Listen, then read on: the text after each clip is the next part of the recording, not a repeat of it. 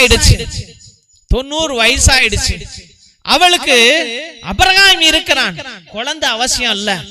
அபிரகாம் என் புருஷன் இருக்கிறான்ப்பா, அதனால அவன் தான் என் குழந்தை அப்படி என்று சாராள் நினைத்தாள்.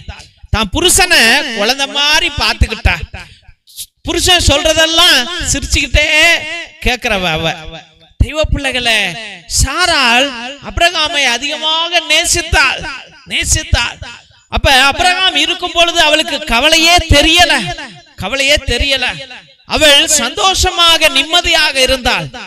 தெய்வ பிள்ளைகளே, இன்னைக்கு எத்தனை பேரு கணவனை அதிகமாக நேசிக்கிறீர்கள், கணவனை பற்றி கொள்ளுகிறீர்கள்? எத்தனை கணவன்மார்கள் என் மனைவி இருக்கிறப்பா, என் குழந்தைப்பா அப்படி என்று சொல்லுகிறார்கள். எத்தனை மனைவிமார்கள் என் புருஷன், என் குழந்தை, நான் அவனை பார்த்துக்குவேன் என்று எத்தனை